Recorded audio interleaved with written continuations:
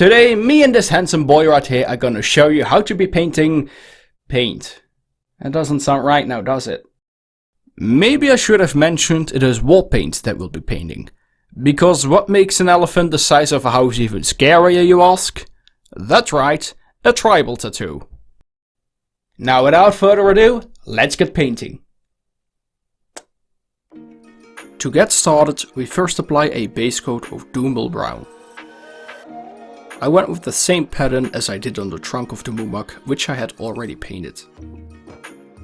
This pattern is rounded down on the top, starting from the shoulder and comes down to a point a little above its ankles. Once the base coat is dried, we give it a wash of Agrax Earthshade. Keep a steady hand so that none of the wash will spill onto the rest of the Mumak. Before moving on, I put some masking tape on the skin of the Mumak to keep it safe from the dry brush and the following step. The first layer of dry brush will be with corn red. Starting with this color, our reds will get brighter. Thus protecting the grays on the skin with masking tape is important. As the two are such a major contrast, fixing it later might be quite a pain. Now we continue with a dry brush of Evil Sunz Scarlet. A very bright color, as you can see.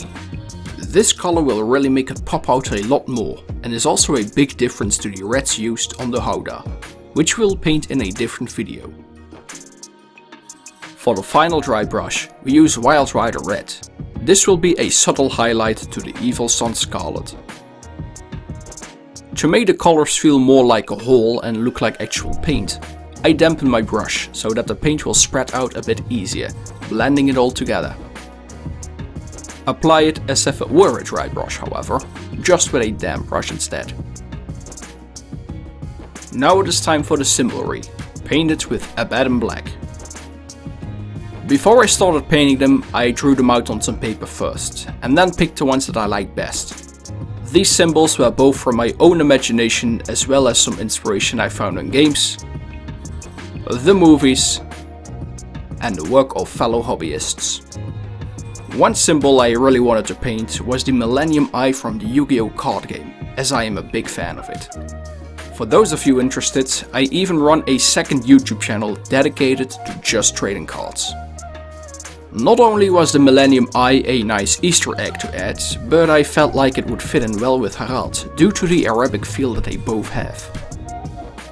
The rest of the symbols were a selection of a few different sketches and findings. Some were a slightly bit changed during the painting process, depending on size. In total, I painted 8 different symbols, 4 on each side. Of course, you can always add more or less, whichever you prefer. It is your Mumak after all. To finish the symbols, I gave them a highlight with a 50-50 mix using Abaddon Black and Ashen Grey. I did this because I felt that the Abaddon Black alone was a bit too dark and not too noticeable. However, I also did not want it to be too bright, hence the mix of two dark colors, resulting in a very subtle but effective highlight that makes them stand out just enough.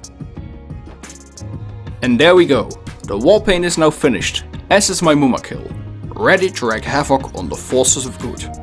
If this tutorial was useful, be sure to let me know in the comments down below or by leaving a like. See you all in the next video.